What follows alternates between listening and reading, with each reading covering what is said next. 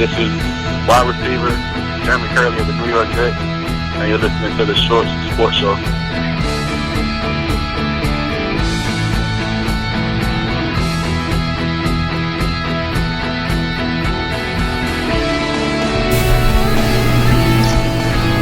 Welcome everybody to the Short Sports Show. I'm your host Daniel Short. Today is Friday, November 6th, and we have a jam-packed show for you guys. An exciting show. We're going to talk about a ton of things about the NFL and college football world. There's a lot, including the college football rankings that came out. Well, you know, I don't know. This was probably the worst rankings I've ever seen in a very, very long time. Now, obviously, you know, when I first saw it, a whole lot of emotions going around, you know, try to let it sit. Let it just simmer down for a little bit. Let me relax. Let me think about it. And a good thing it was on a Tuesday after Monday's show, and that I didn't have a show until today. That way it gave me a good amount of days to think about it. But just looking back on it now, it's these rankings are really, really, I mean, really bad. They are terrible. I don't know. We're going to talk about that. We're going to talk about the college football rankings.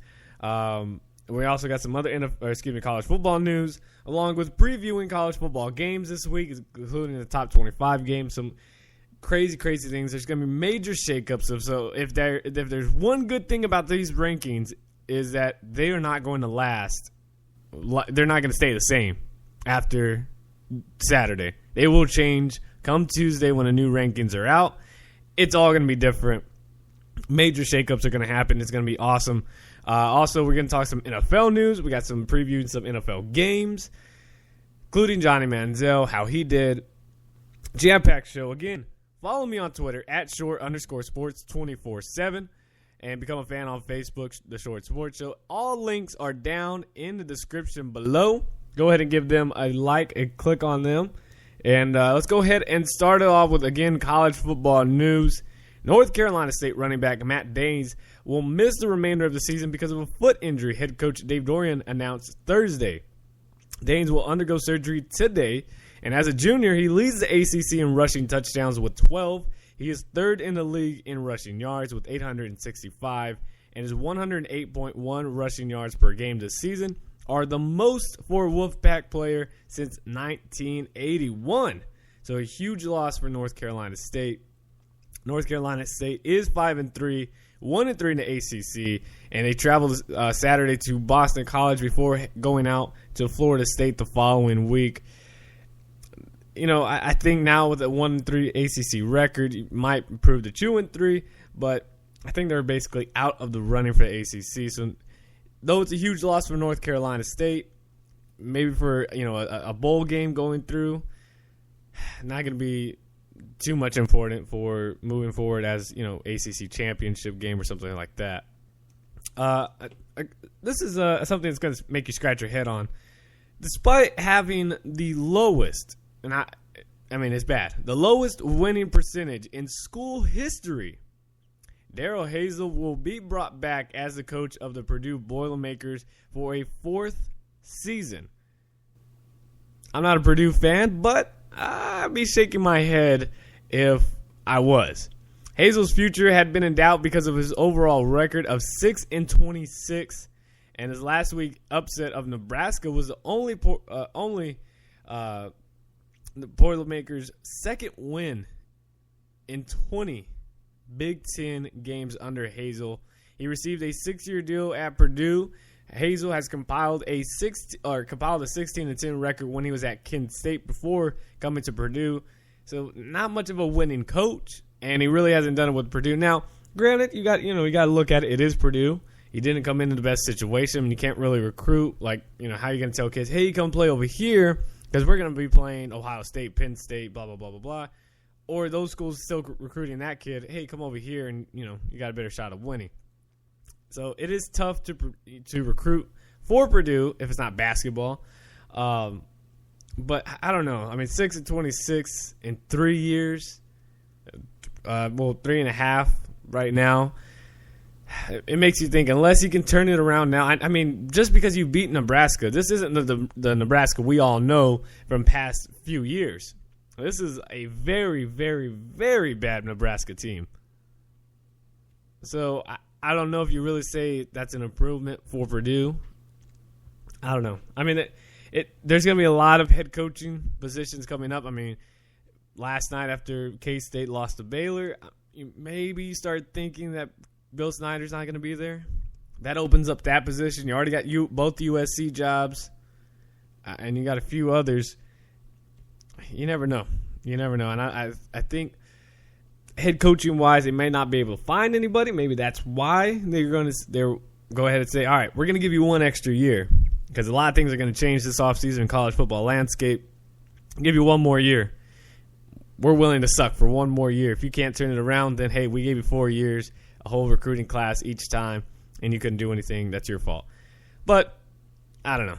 Purdue, who is 2-6 this season, host Illinois, who's 4-4 on Saturday. Now, if they can win that, then you're looking good.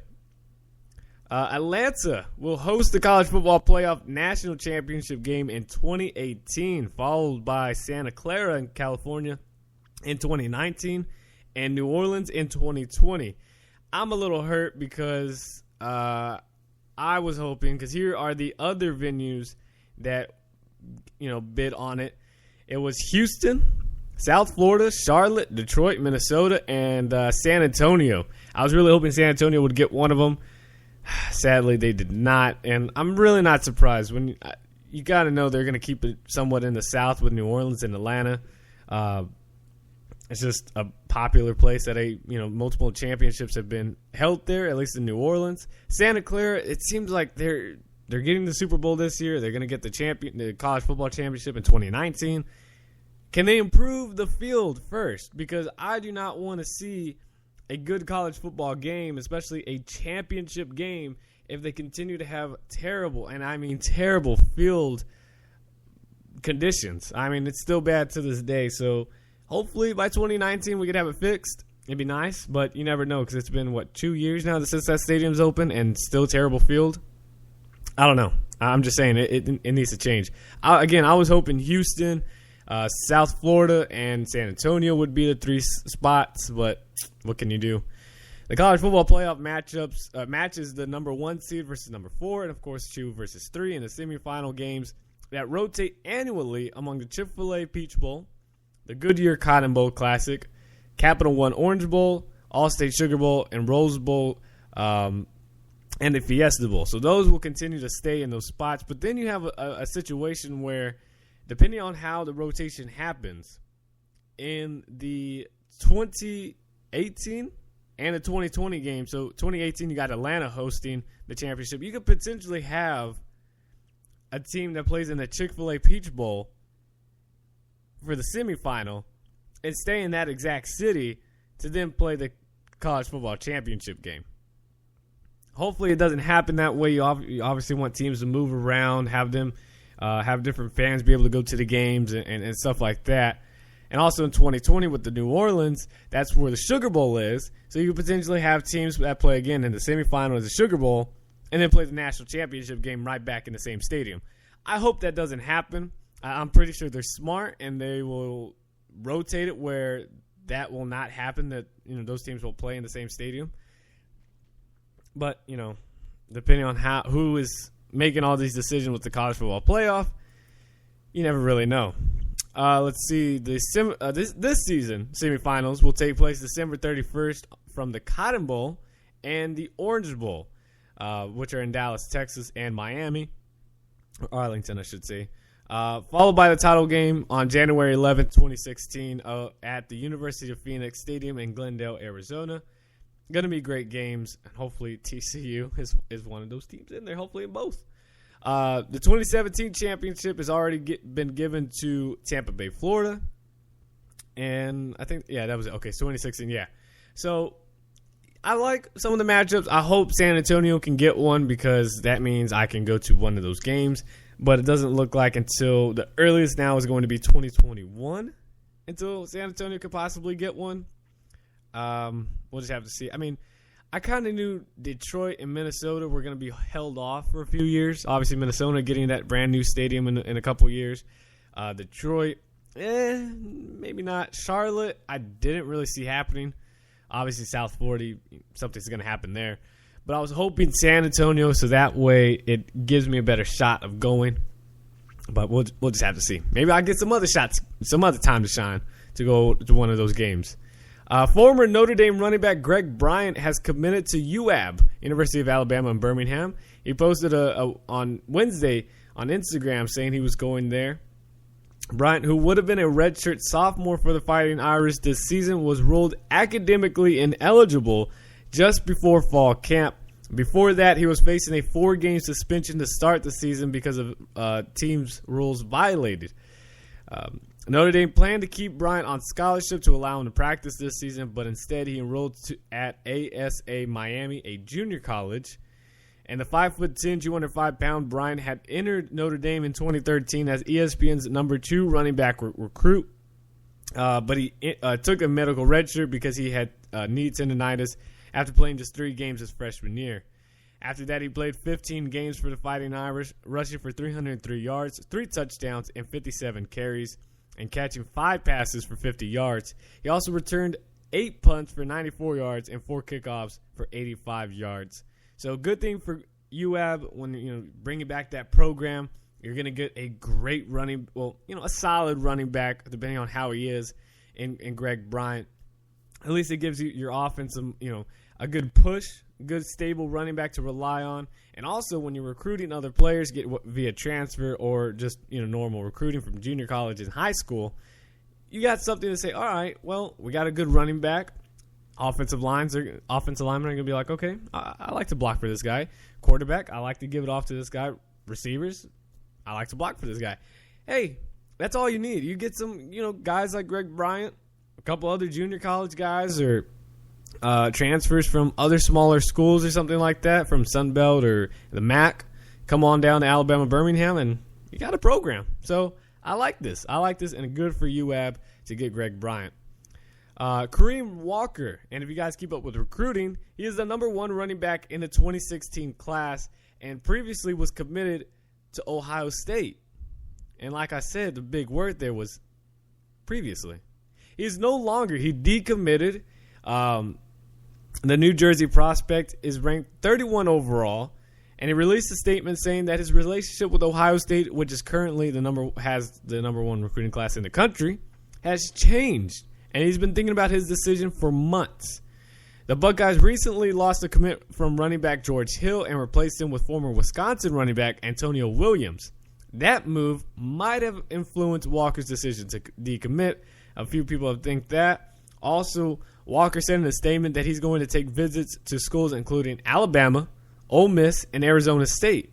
The 4-star running back already took an official visit, get this, to Michigan in October, which has caused a huge stir that he was committed to the Wolverines' rival at the time. It isn't clear whether Walker will take a visit to Ohio State, which was previously planned, but Walker said he won't be commenting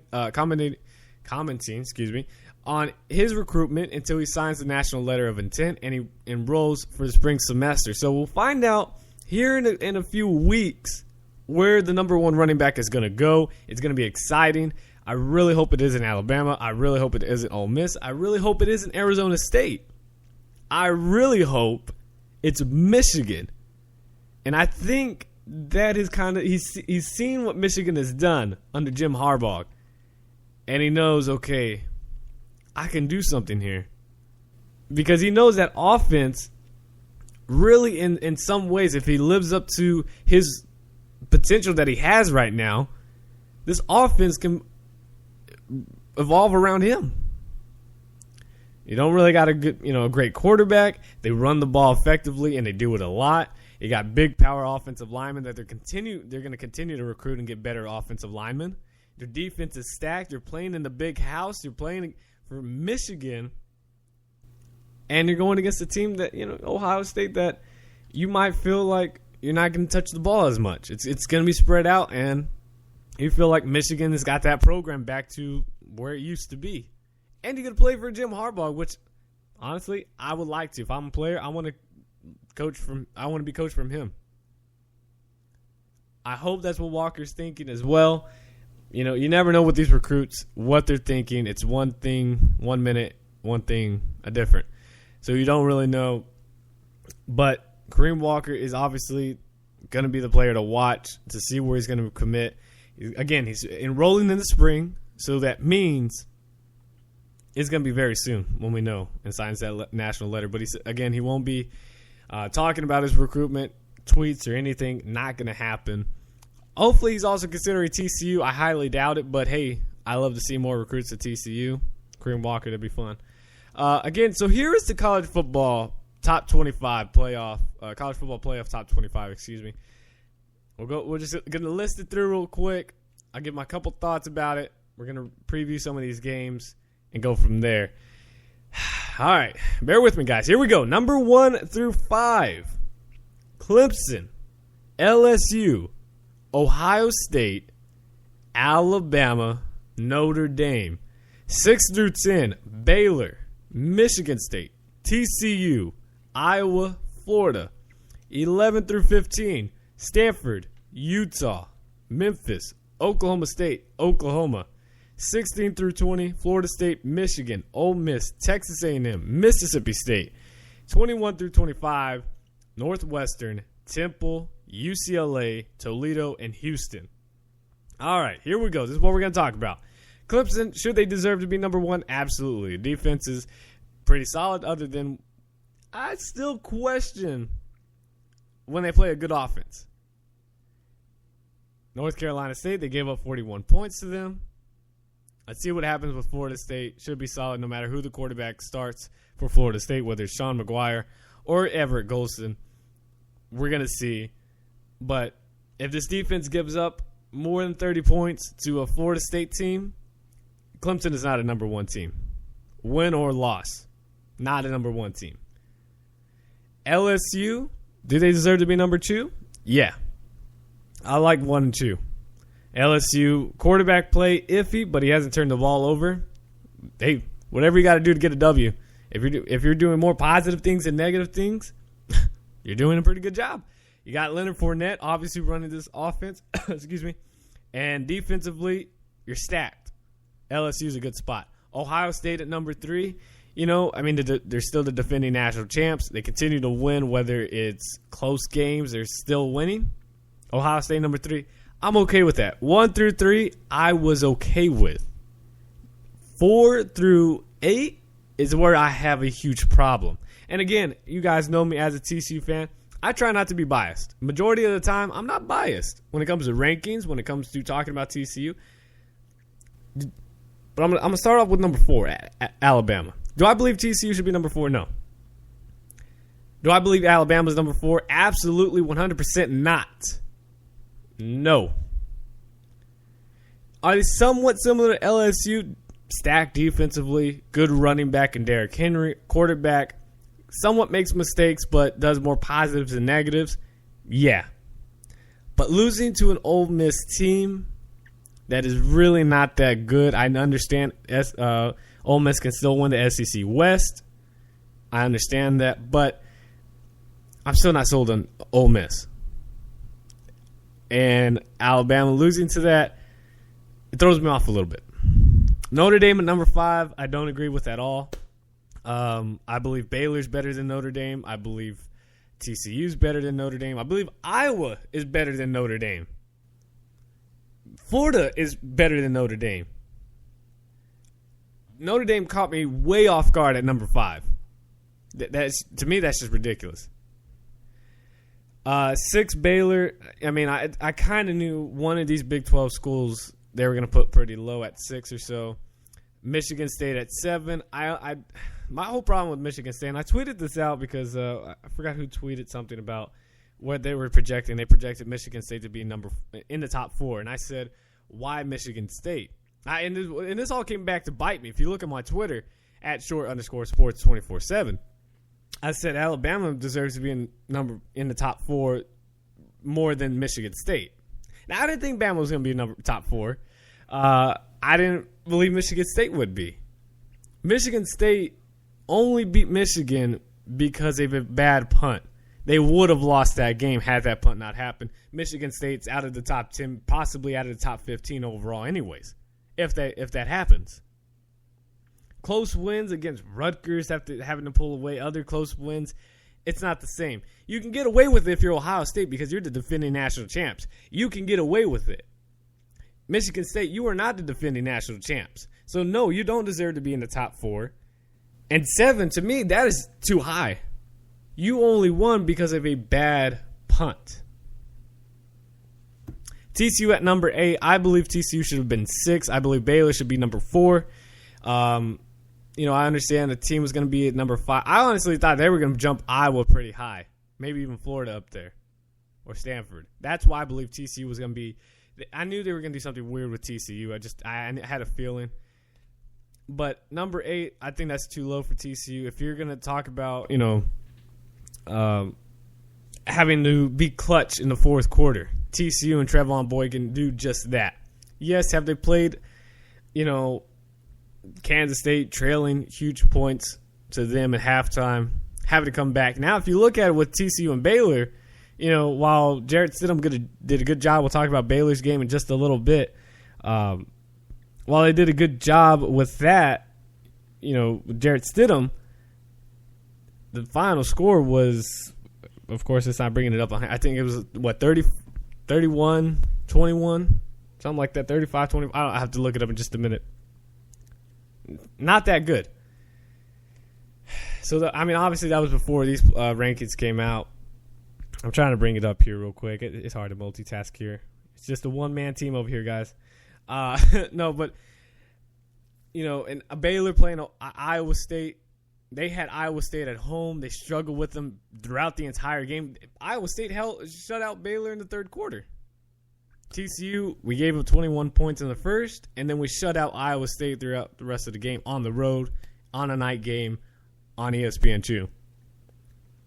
The final score was 31-24, excuse me. And K-State actually could have gone and tied that game had they not tried to do some stupid trick play to start off the game and just done what they were going to do throughout the entire game. Quick passes, outside passes, and get it over with.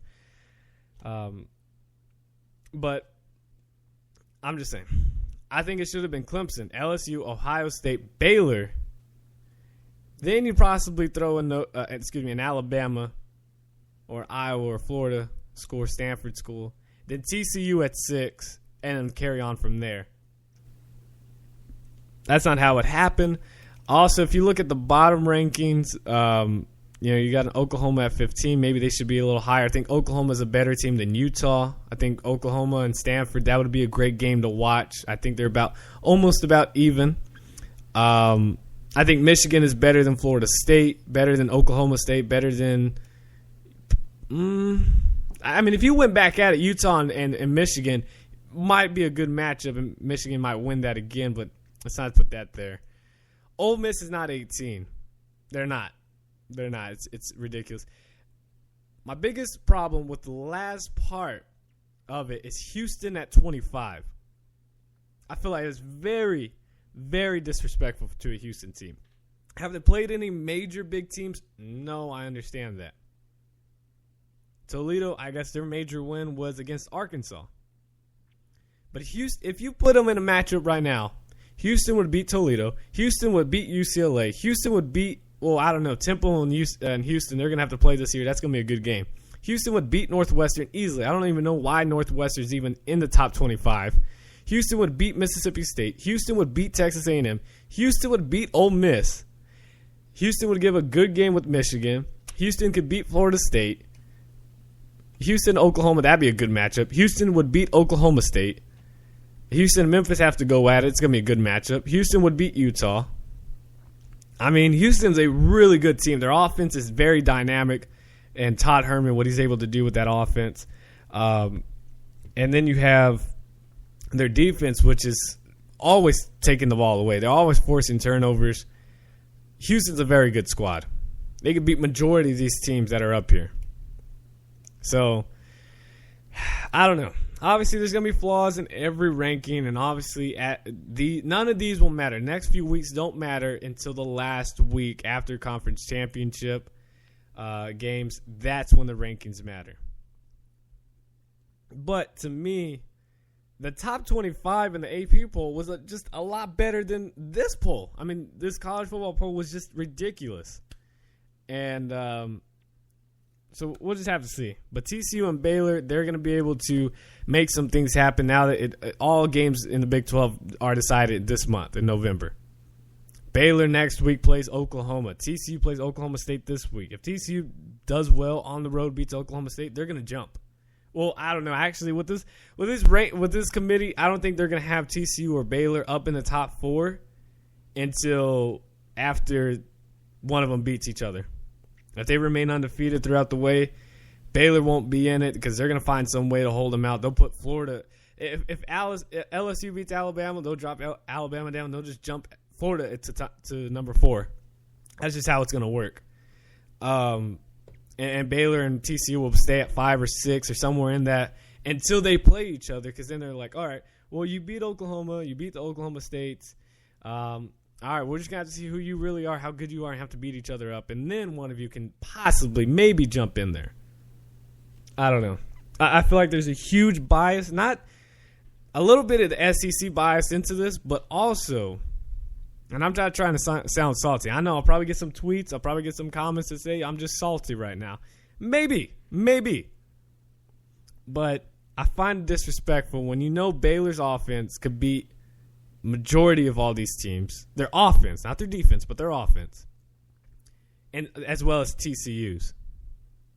I find it disrespectful how do you hold one of these teams out? And I think, head coach Gary Patterson said it right. This year, I think you're going to find more teams that are now going to want an 8-team playoff. Not an 8-team playoff. They're going to want an 8 playoff seed because all these teams are going to be able to want to play each other. Because I want to see a TCU-LSU matchup again. I want to see a TCU-Alabama. Obviously, the Ohio State TCU, I think that would have been better for last year. I wish that would have worked out somehow. TCU and Ohio State would have played each other. I think it would have been great. Clemson and LSU, Clemson, Alabama, Clemson, TCU, Clemson, Baylor. And mainly the Big 12 schools, either Baylor and TCU taking on LSU and Alabama. I want to see those matchups. Because I know both of these Big 12 schools' offense easily are going to put up points against Bama and LSU. And until that happens, until we see one of those matchups, Big 12 and these two schools will always be criticized in how they couldn't play against the SEC defense. I guarantee until one of those matchups happen and until Baylor and TCU put up over 38 points on both those schools, which honestly is going to be too easy, we're always going to have criticism. I think just like how they have it in basketball, where you have the Big 12 versus the Pac-12 matchups in basketball, or Big 12 and SEC matchups in basketball, the showdowns or whatever. Let's do it for football. I say Big 12, TCU and Baylor, athletic directors, y'all call up Jerry Jones. LSU, Alabama, y'all do the same thing. And if y'all don't meet up in the playoffs, call them up, say, hey, let's have a Cowboys kickoff. One on Thursday, one on Saturday night. Let's put it together. Let's have Baylor against LSU, and let's have TCU versus Alabama. Go at it. That's what I want to see. But that's it for the rankings. That's it for that. Let's go ahead and preview some of these games. Excuse me, I still got allergies. And then we'll go to some NFL news. I know we spent about 30 minutes just on college football. Tonight, we have Temple, number 22, Temple, 7-1, on the road. Excuse me. At 1-7 SMU. This will be on ESPN2 at 7 o'clock Central Time. Temple is a 13-point favorite. Going to be an interesting game. Obviously, SMU, they're such a weird team.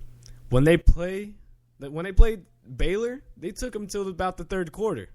When they played TCU, they played them all 4 quarters. It's like they play up to these top teams, but when they play, I think they played ECU, they played James Madison, they played all these other teams, and they lost. They're 1-7. It makes no sense to me. Excuse me. It makes no sense to me why they play so poorly against other teams. I don't know how much longer I'm going to be able to do this show, guys. Allergies are killing me. Anyways, let's move on. Let's make it quick. We're just going to have to go through quick picks. I'm sorry, guys. So it's going to be Temple and SMU. I'm going to go Temple here. And then Saturday, number 8 TCU on the road, number 14 Oklahoma State. Last year, TCU destroyed Oklahoma State 42-9. This will be on Fox, 2:30 Central Time. TCU a 4.5-point favorite. Of course, I'm going with TCU, and I think TCU really does win this game. Oklahoma State hasn't really, yes, they scored 70 points against Texas Tech, but everybody scored at least 50 points on Texas Tech. So I'm going to take TCU here. The defense has tremendously improved. TCU played last Thursday, so they've had some extra rest, especially because 2 weeks ago we had a bye week. Then we played Thursday last week. Now we have some extra days. We had 12 days for this game to prepare. I think TCU is going to be able to win this game easily. I'm going to say 42, probably same thing, 42-13, 42-24, somewhere around that. Then you got Vanderbilt at number 10, Florida. Going with Florida here, 7-1 Florida. Florida, a 20.5-point favorite. 11 a.m. ESPN. Number 5, Notre Dame going on the road to Pittsburgh. A quiet Pittsburgh team that lost to North Carolina State last week. This is on ABC this time, not on NBC for Notre Dame. On ABC, 11 a.m., Notre Dame, an 8.5-point favorite. I'm taking Pittsburgh here. I think Pittsburgh can get it done. Penn State at Northwestern. I have Penn State winning this. Northwestern does not belong in the top 25 right now. I know they're 6-2, but there's many teams that are better than them. Stanford, number 11, Stanford going on the road at Colorado.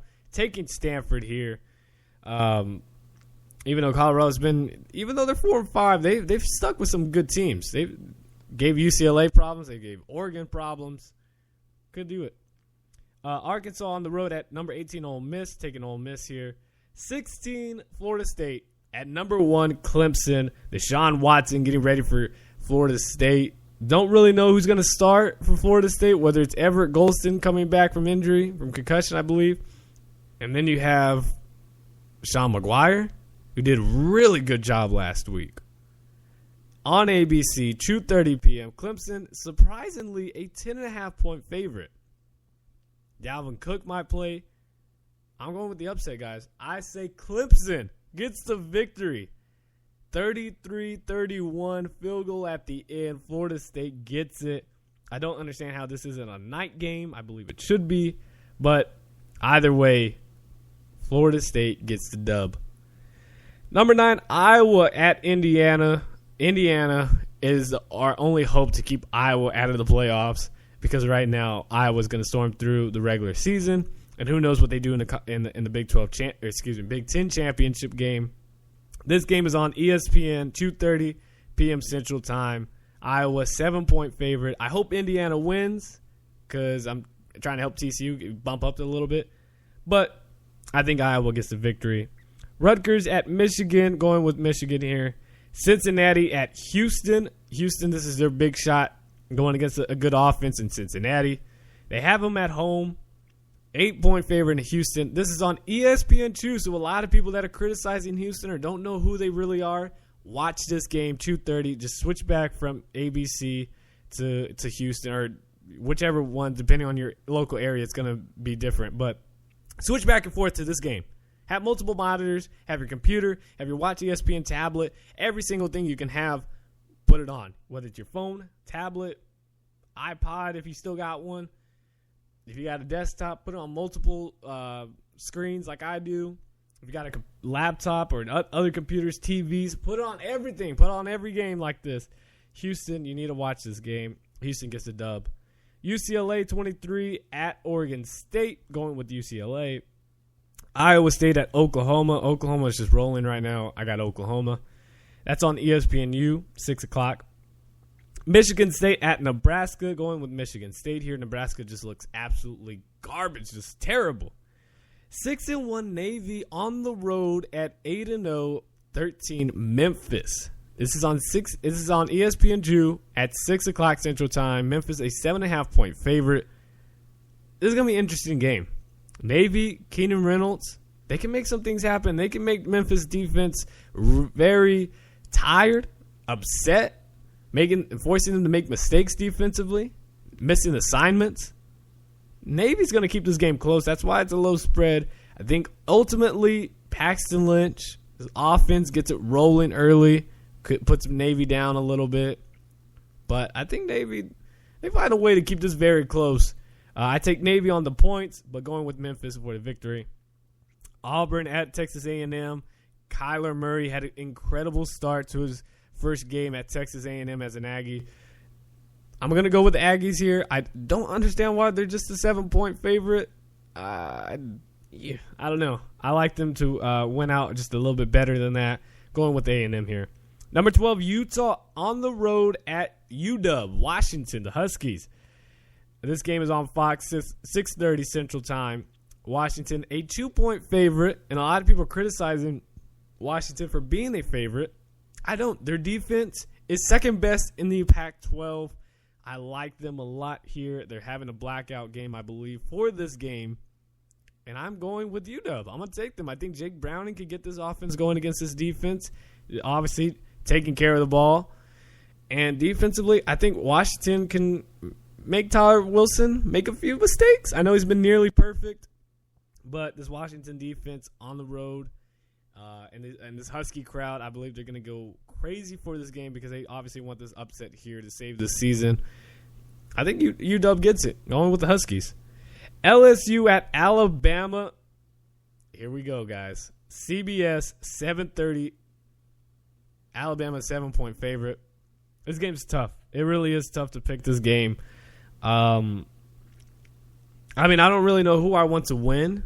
And this is where I'm being biased for the TCU part because if Alabama wins, you put both teams. Well, you then have LSU at 7-1. You have Alabama 8-1. Obviously, Alabama jumps to probably the number one spot, no matter even if Clemson wins. They'll just jump Alabama at number one.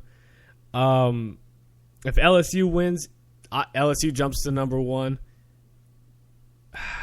And they solidify. I think it knocks out Alabama, but then again, you never know. They'll always try to keep Alabama top 5. I'm going to go LSU here. I like them more than I do the Crimson Tide. I love Leonard Fournette. I hope he doesn't go off, though, because I want Trevon Boykin to win the Heisman. So I'm going to take LSU here to get the victory. And the final game, Minnesota on the road at Ohio State, number 3 Ohio State, on ABC, 7 p.m. Central Time. Ohio State is a 24-point favorite, and I'm telling you guys, take Minnesota on the points. Minnesota will keep this somewhat close. I believe in at least a 14-point range close. They're not going to get shut out. Cardale Jones struggles to keep this offense going. Yes, he has time to practice with this offense once again, taking all the number 1 reps. Braxton Miller is going to be the backup and probably won't play a whole lot at receiver or running back or whatever. Just in case Cardale, something happens to him or he plays bad, they'll put Miller in. So I'm going to take Minnesota here. Jared Kill retires. Team might be like, all right, let's do this for Jared Kill. Last year they had a better chance at upsetting them. They almost did it. This time, I don't think it gets that close, but I also don't see Minnesota getting blown out. So I'm taking Minnesota here for the points, but ultimately Ohio State with the W. And again, last night, Baylor on the road at Kansas State. I don't know how you look at it when you're comparing TCU to TCU's game against Kansas State to Baylor. Baylor never trailed. They only won by 7. TCU, they trailed 35-17 at halftime. Come back to win it like 55-52. I don't know, some weird score. Jarrett Stidham, true freshman, comes in. He's 23 of 33, 419 passing yards, 3 touchdowns. Defensively for K-State, they shut down Shock Linwood, 13 carries, 72 yards. Corey Coleman just goes off. He had an 80-yard touchdown catch. Obviously, this has gone everywhere. You've seen it everywhere. I do not understand how K-State did not cover him, or even, I don't care what zone you're running, what defense you're running. I don't care what coverage you got. You always have safety over the top wherever Coleman's at, and you have a corner on him at all times. You're playing man on him at all times. He was wide open on this. They made Jarrett Stidham's night a lot easier. I know there's going to be a lot of stats and a lot of, high accolades for, excuse me, for Jarrett Stidham because of the fact that he threw more passing yards than Seth Russell did all year. And this is, I think they said, the 11th most passing yards a Baylor quarterback has ever thrown, with 419. So a lot of things you're going to be like, oh, Jarrett Stidham, he's for real. He's going to keep this offense going. I'm not taking anything away from that. I know if there's any Baylor fans listening, they're going to think, since I'm a TCU fan, I'm knocking him down. I'm not. He's a great quarterback. He's going to give TCU a whole lot of trouble for not just this year, but the next 3 years. The thing is, K-State gave away a good amount of yards to him. So there's that. We'll really see who Stidham is in this Baylor offense. And I know we say it every week, but it's true because they really haven't played anybody. Next week, they got to play Oklahoma. I don't know if that game is home or away. We'll look at it right now. We'll see. And it is home. So they do have a home game against Oklahoma. That's good for them. But it's still Oklahoma's defense. We'll have to see if they can really put offense on them and they can get things going. Then, yes, definitely Baylor's for real. But I believe Oklahoma, aren't they off this week? Or did we already just talk about – no, we've talked about it. They got Iowa State, so they're basically off this week. So it's going to be good to see. But then we find out who Baylor really is and see if they're a top 4 team or not. But, K-State, when it comes to fourth quarter, they just blow up. They truly do. That is it for college football. Let's move over to the NFL. Let's make this quick. We've already gone 42 minutes in this show talking about college football. Excuse me. Not even a college football show. All right. The Tennessee Titans' number 1 wide receiver, Kendall Wright, will not play in Sunday against New Orleans because of a sprained left knee suffered in the team's loss at Houston. Meanwhile, veteran wide receiver Harry Douglas, who missed the past 2 weeks with a rib injury, will return to the lineup. Excuse me. I'm sorry, guys. Allergies. Douglas played his first 4 seasons in Atlanta with new head coach Mike Murlocky, who was the offensive coordinator there at Atlanta at that time. Obviously, Ken Whisenhunt, the biggest news, he was fired on Monday. I have no idea why. No, I do. Offense wasn't rolling. You'd think it would with Ken Whisenhunt really being an offensive genius at Arizona, at being with San Diego that 1 year. And you think, okay, well, now he's got Marcus Mariota. He's really going to teach Mariota how to make NFL throws, be accurate with the ball. And while Mariota has done that, the offense hasn't put up a whole lot of points. Obviously, don't do that. You lose games. You lose your job. That's what happened to Ken Whisenhunt. He's gone. He's going to be a coach. Most likely, you could look at him for USC, maybe. But also in the NFL, in the openings, maybe even in Detroit. Detroit could be a good spot for him. I don't think Jim Caldwell stays. We'll talk about that in just a second. But Ken Whisenhunt to Detroit, that could be something to get Matthew Stafford's career up and going again, as this year's just been terrible. Again, we'll talk about that just in a second.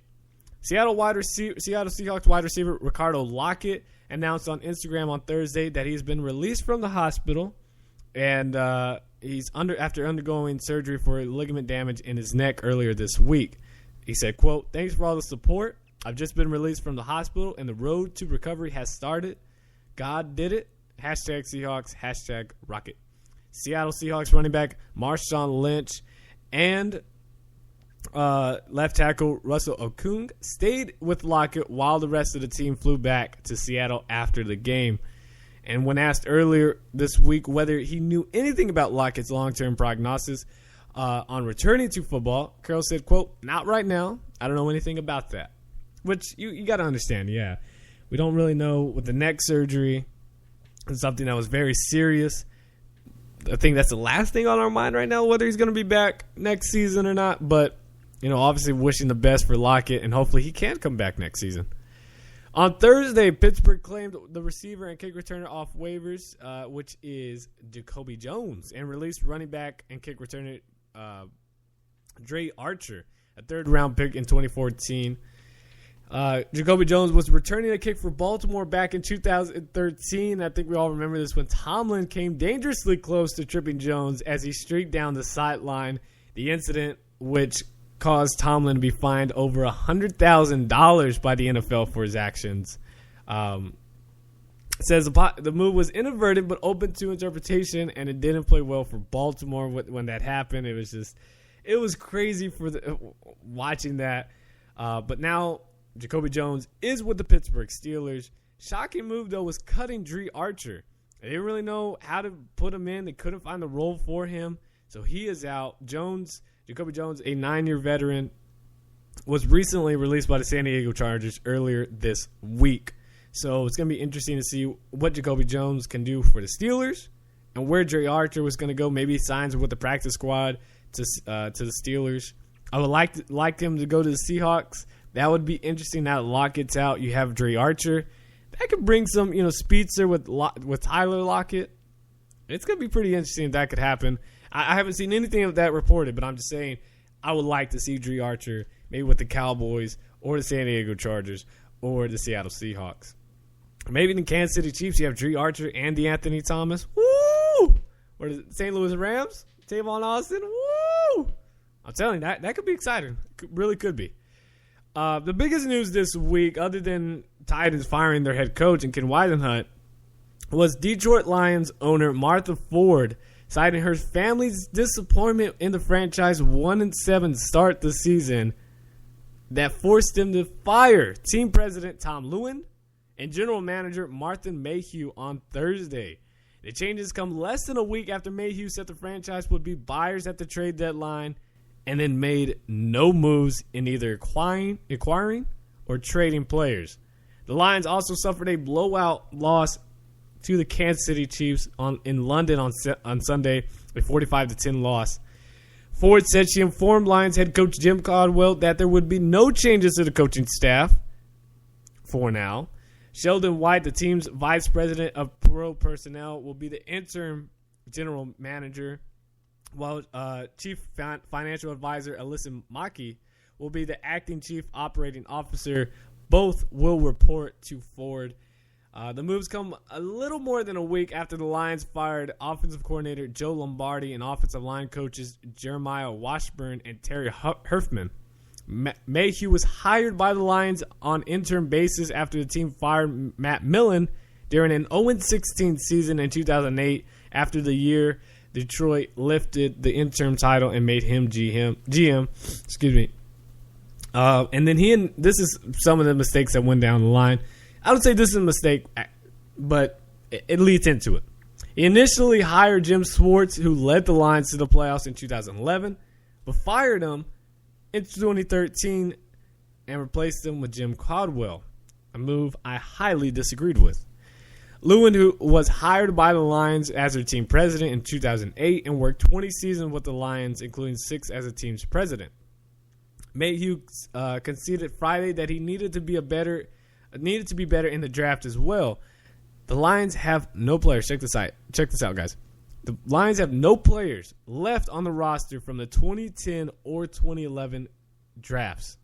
That includes Ndamukong Suh, Nick Fairley, and Titus. And then they've also been unsuccessful with second-round picks, including Titus Young, Ryan Broyles, running back Michael LaShore, safety Louis Delmas, who's been up and down, and linebacker Kyle Van Noy. It's been bad. The Lions have struggled to find their identity or any identity on offense. Stafford is on pace for his worst statistical season in passing yards. He's only got 2,000 through 8 games. His touchdown to interception ratio is on pace for it's on pace to his worst since 2012. He's got only 13 touchdowns to 11 interceptions. In 2012, he had 20 touchdowns to 17 picks. In addition, the Lions still have the worst rushing attack in the league by almost 15 yards, gaining 62 yards per game on the ground.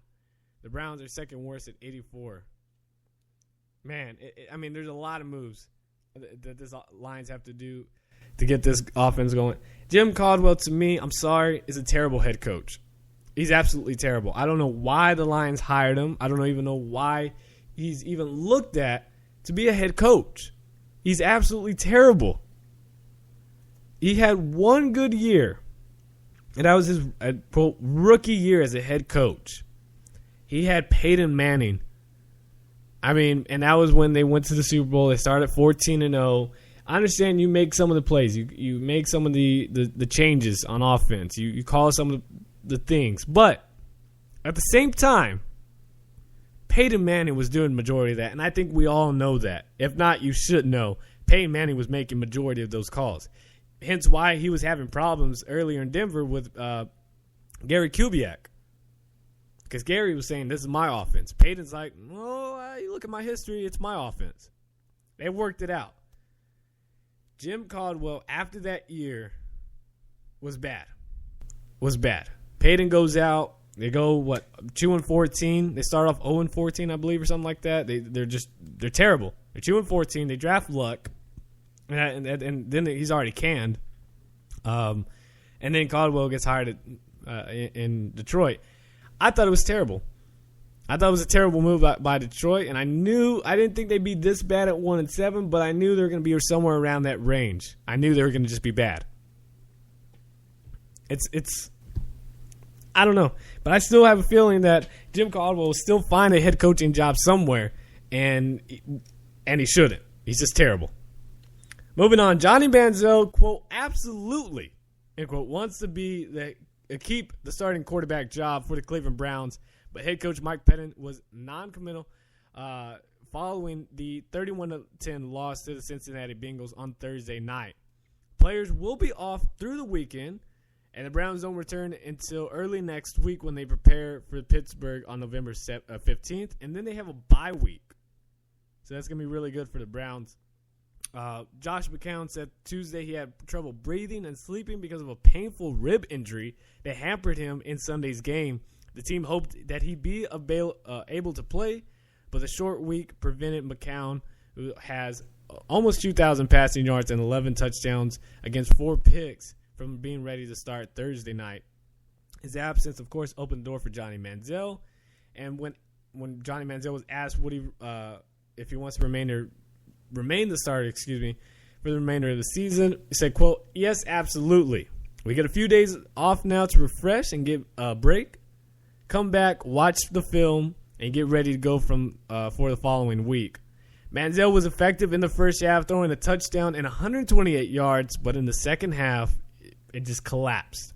It was 4-15, 40 yards, and was sacked 3 times. He said the second half was eerily familiar to the terrible, disastrous first start of his rookie season, a 30-0 loss to the Bengals. Now, if you actually watch the game, now you guys know I'm a Johnny Manziel. I'm a fan of him. I'm a Johnny football fan. But the Browns' offensive line is absolutely garbage. It is terrible. And it's like they only suck when Johnny Manziel is the starter. And I'm not being biased here. You watch this. Now, credit to the Bengals' defense. Their defensive line, is scary. They got a lot of guys there, and not a whole lot of offensive line can block them for very long. But Johnny Manziel had about less than 2 seconds to get rid of that ball or make something happen. And then, of course, when that happens, Mike Pettin, who already hates Johnny Manziel, says he was inconsistent. Somewhat was. Manziel missed a few throws. I'm going to acknowledge that. He did miss some bad throws. This is what Pettin said, quote, I thought he did some good things, but I just thought in the second half, especially after we fell behind, he was trying to make too many big plays instead of just making completions. Yeah, that's true. And then Manziel said, quote, I think there were some good things done in the first half, but there are 2 halves for a reason. I did some good things tonight. I had some things I wish I could have had back. But Manziel says he's confident he can do the job if he remains a starter. I can only hope. I can only hope he remains the starter from this. Last news, Vernon Davis. Obviously, he was traded from the San Francisco 49ers to the Denver Broncos. And he said he was quote, very, very surprised he was traded. Later goes on to say, quote, everybody's asking that question, where did I go? Where did I go? Where did I go? San Francisco, look at the year when I started to drop off. What happened to the team? What happened to the team? They started to fall. There were so many things going on, so much turmoil. No one really excelled. No one really had success because the team, we didn't have success. If the team's not having success, chances are I'm not going to have success. Last time I felt the energy, then this is what he said when he was talking about walking into the Denver locker room stuff. Last time I felt that energy, I can't talk right now, was when we were winning those games. We had a winning attitude to just go out and win games. Davis said 49ers general manager asked to see him Monday, and that's when Davis found out about the chance of a trade. Saying, quote, the GM called me and said, come in. He sat there and said, Denver is very, very interested in you. And I was like, really? But I was kind of excited to go at the same time. Really? That would be an amazing place to go. Peyton Manning's there. Are you kidding me? But it was a very emotional day for me, which is true. But at the same time, you got to look at the 49ers right now, and you're like, well, I think I'd rather go to Denver. And he was right. The 49ers have had no shortage of drama over the last 2 seasons, including Jim Harbaugh's final season as a head coach, the hiring of Jim Tomsula, another terrible coach, and Colin Kaepernick, who was benched this week for Blaine Gabbert? Really? Davis was asked about working with Manning. He said, quote, it's kind of overwhelming. Peyton is one of those guys every wide receiver dreams about. I've been dreaming about Peyton since I left college. I don't know if he knows it, but I've been dreaming about this guy. Really weird to say that, but I'm sure he's talking about football. At least I hope. Where I come from, I just had to accept what I had. Not knocking on those guys, Colin and Alex Smith. Those guys were they were really good. They were good at their craft. They were good quarterbacks. We're talking about Peyton Manning, a whole nother level. We all know that. So it was a little overwhelming. End quote. Which is true. Obviously, when you take it out of context, people are saying, oh, Colin's, he doesn't like Colin and all this other stuff. There was some reports that they weren't really getting along a whole lot, which when everybody's struggling, it's going to be hard to be friends with anybody at that time. That's understandable. But Vernon Davis to Denver, almost had Joe Thomas to Denver. That would have been crazy. Denver, I don't think they're going to lose. It's going to be tough. I honestly see it at some weird point. The Chargers are going to end up beating them somehow. It's just going to be weird. And then you're going to have Denver lose another game, go 14-2, and just go from there. But Denver's going to be good. I mean, they are good, but they got potential here. Moving on, we're going to preview some of these games. We got Eagles at the Cowboys Sunday night. That is going to be an amazing game. I'm taking Dallas here. I'm taking Dallas here. I think they get it going. They got Matt Castle still starting for them. Eagles, they got a solid run defense. Joseph Randle cut. He's gone. He's no longer with the Cowboys. Philly, a 2.5-point favorite. I'm taking Dallas. I'm taking Dallas.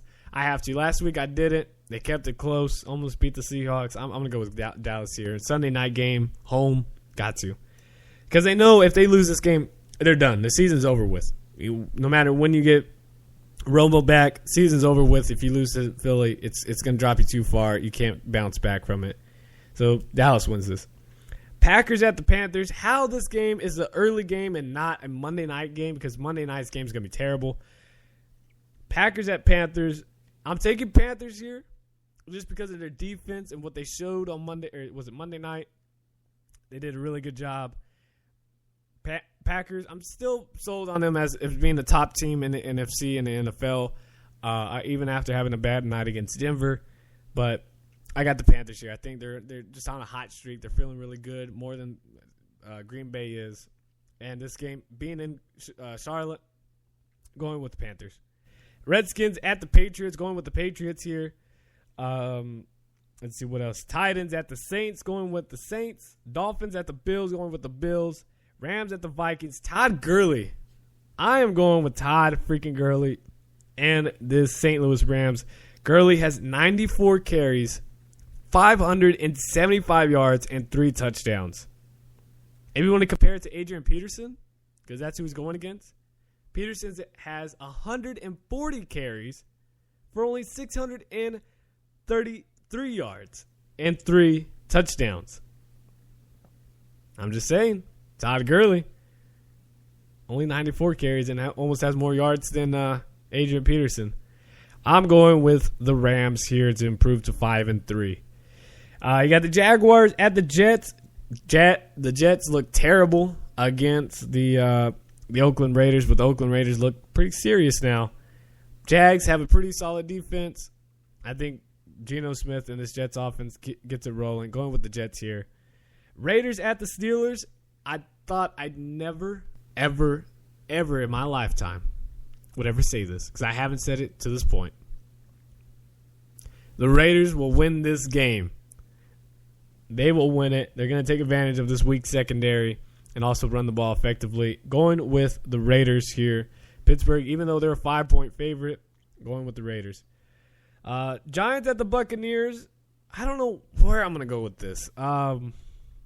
Giants have a good offense, obviously. Buccaneers defense, they're so inconsistent. It's like they're good for a couple weeks, and then they're just bad. Last week they were good. I don't know what Buccaneers defense we're going to get. This offense seems to find its rhythm with Jameis Winston. I don't know. It's tough.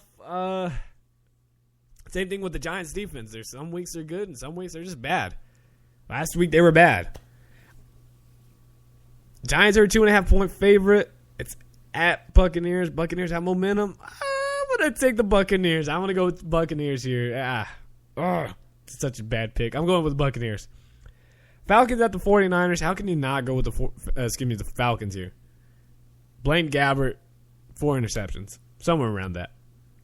Broncos at the Colts. Going to be a great game. I hate that the Broncos always have to play the Colts. It's like, we get it. Peyton's with Denver. He's not with Indianapolis anymore. That's not a rivalry. Let's get it over with. I'm taking the Broncos here. The defense, if they can shut down Green Bay, they can shut down anybody. It definitely could shut out this terrible offense in Indianapolis. Going with the Broncos here to remain undefeated. And then we got Monday Night Football game. Might be the worst Monday Night Football game of all time. Both teams have 2 wins. Bears are 2-5. Chargers are 2-6. San Diego a 4-point favorite on ESPN 7:30 Central Time. Monday Night Football. I am taking the San Diego Chargers just because they're my team, and both teams suck just as bad. Matt Forte most likely out for the game. They're going to start Jeremy Langford, who's very good. No one really talks about him. Kadeem Carey should get some carries as well. Chargers defense sucks at stopping the run and somewhat stopping the pass. Bears defense, they suck at stopping the pass, somewhat suck at run defense. Offensively, Chargers, even though they're all banged up and hurt offensive line, they're playing with guys that are still in high school, or they at least block like they're in high school. But you got Phillip Rivers, Malcolm Floyd, Antonio Gates with one leg, Melvin Gordon, who's healthy but just not really doing anything. So I'm going to take the San Diego Chargers with this. And with that, we wrap up today's show. I hope you guys enjoyed. I'm sorry I couldn't go more in depth with the NFL. I'm all messed up right here with these allergies, guys. But I hope you guys enjoyed. If you did, be sure to head over to iTunes, give it a like, give it a 5-star rating, share it with your friends and family. Whether you're listening on Spreaker.com, iHeartRadio, iTunes, YouTube, Stitcher Radio, whatever it may be. Thank you guys so much. Be sure to like it, share it with your friends and family. Let them know where you get your sports news from. And I will see you guys this Monday morning, or this upcoming Monday morning. We're going to recap college football. There's going to be a ton. Hopefully my allergies are far gone from now. Tonight's going to be a crazy night. My high school is playing for a playoff spot. We haven't been to the playoffs. Playoffs? Yeah. We haven't been to the playoffs since 2007. We have to beat tonight's team at San Marcos High School, take it on Lockhart. If San Marcos wins, they have to win more than 7 points to make the playoffs. If we win by 6, then we're not in the playoffs. If we win more than 7, if we win by 7 or 12 points, we get the 4th seed in the playoffs. If we win by 13 or more, we get the 3rd seed in the playoffs. It's going to be a crazy game. Lockhart's pretty good. Our team's obviously pretty good. I'm excited. I'm going to be up in the press box. I'm going to be down on the field. I'm going to switch back and forth. I'm just too excited. I'm spitting all over the microphone. I'm just going crazy right now. My nose is running. It's all crazy. I hope you guys enjoyed. I will see you guys Monday. Thank you guys again so much for the support. It truly means a lot to me. Tweet me. Follow me on Twitter at @short_sports 24/7. And as always, God first, God bless, and I'm out. Peace.